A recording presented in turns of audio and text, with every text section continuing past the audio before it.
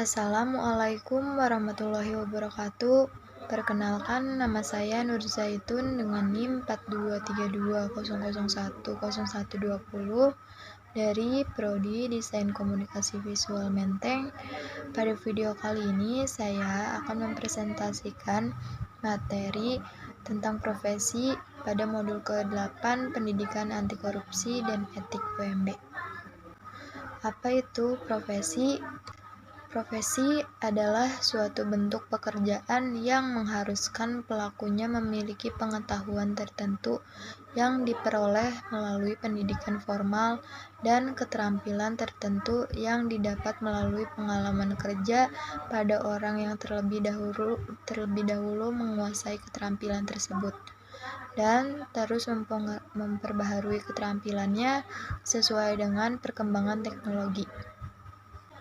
Definisi profesi. Secara istilah, profesi biasa diartikan sebagai suatu bidang pekerjaan yang didasarkan pada keahlian tertentu. Secara leksikal, kata profesi mengandung berbagai makna dan pengertian.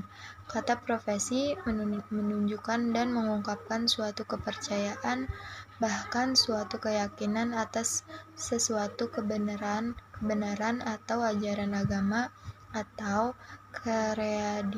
kredibilitas seseorang. Secara etimologi, profesi dari kata profession yang berarti pekerjaan, profesional artinya orang yang ahli atau tenaga ahli. Selain itu, istilah dari profesi terbagi menjadi 5. Yang pertama, profesi. Profesi adalah jabatan atau pekerjaan yang menuntut keahlian dari para anggotanya. Yang kedua adalah profesional. Kata profesional menunjukkan pada 2 hal. Pertama, orang yang menyandang suatu profesi. Misalnya, dia seorang profesional. Kedua, penampilan seseorang dalam melakukan pekerjaannya yang sesuai dengan profesinya. Yang ketiga, ada profesionalisme.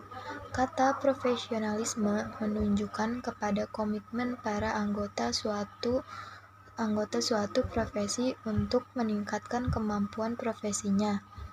Yang keempat, ada profesionalitas.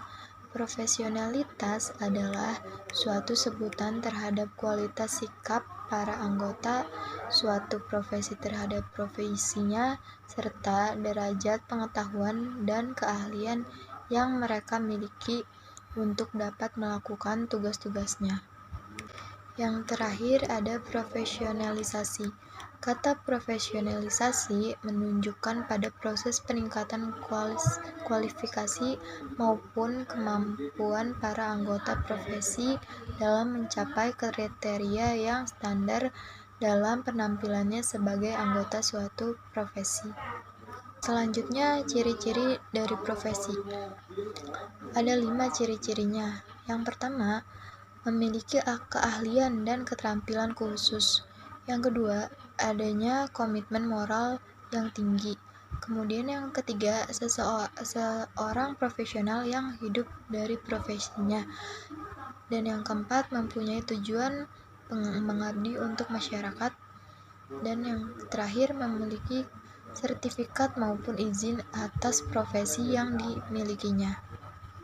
Menurut Syafarudin Nurdin, syarat-syarat yang harus dipenuhi oleh suatu pekerja agar dapat disebut sebagai profesi, yaitu yang pertama, pengetahuan dalam kedakapan atau keahlian. Yang kedua, kebakuan diagnostik dan kompetensi aplikatif. Yang ketiga, kode etik. Yang keempat, otonomi. Yang kelima, berperilaku pamong. Yang keenam, klien. Yang ketujuh, pengabdian. Yang kedelapan, kekuatan yang universal. Yang kesembilan, panggilan hidup yang sepenuh waktu. Yang terakhir, bertanggung jawab, dan lain sebagainya. Selain itu, Ahmad Tafsir juga berpendapat bahwa pekerjaan dapat disebut sebagai profesi yang harus memenuhi syarat, yaitu yang pertama, profesi harus memiliki suatu keahlian yang khusus. Kedua, profesi harus diambil sebagai pemenuhan panggilan hidup. Yang ketiga, profesi memiliki teori-teori yang baku secara universal. Yang keempat, profesi adalah diperuntukkan bagi masyarakat. Yang kelima, profesi harus dilengkapi dengan kecakapan diagnostik dan kompetensi aplikatif. Yang keenam, pemegang profesi pemegang otonomi dan melakukan profesinya. Yang ketujuh, profesi memiliki kode etik. Yang kedelapan, profesi memiliki organisasi profesi. Yang kesembilan, profesi mengenali hubungan profesinya dengan bidang-bidang lain. Yang terakhir, profesi memiliki klien yang jelas. Selain itu, dalam Undang-Undang Dasar Nomor 20 Tahun 2003 tentang Sisdiknas Pasal 39 Ayat 2, jabatan pekerja dinyatakan sebagai jabatan profesional yang dalam undang-undang berbunyi, pendidik merupakan tenaga profesional yang bertugas merencanakan dan melaksanakan proses pembelajaran, menilai hasil pembelajaran, melakukan pembimbingan dan pelatihan, serta melakukan penelitian dan pengabdian kepada masyarakat, terutama bagi pendidik pada pekerjaan tinggi. Kemudian ada urgensi profesionalisme dalam kehidupan. Pada dasarnya, profesionalisme dan sikap profesional itu merupakan motivasi intrinsik yang ada pada diri seseorang sebagai pendorong untuk pengembangan dirinya menjadi tenaga profesional. Motivasi intrinsik tersebut akan berdampak pada munculnya etos kerja yang unggul, yang ditunjukkan dalam 5 bentuk kerja sebagai berikut. Yang pertama, keinginan untuk selalu menampilkan perilaku yang mendekati standar ideal.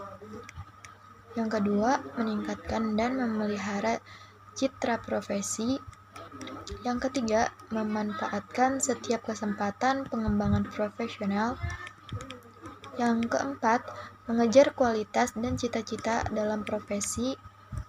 Dan yang terakhir, memiliki kebanggaan terhadap profesinya. Sekian presentasi yang dapat saya sampaikan, kurang lebihnya mohon maaf. Wassalamualaikum warahmatullahi wabarakatuh.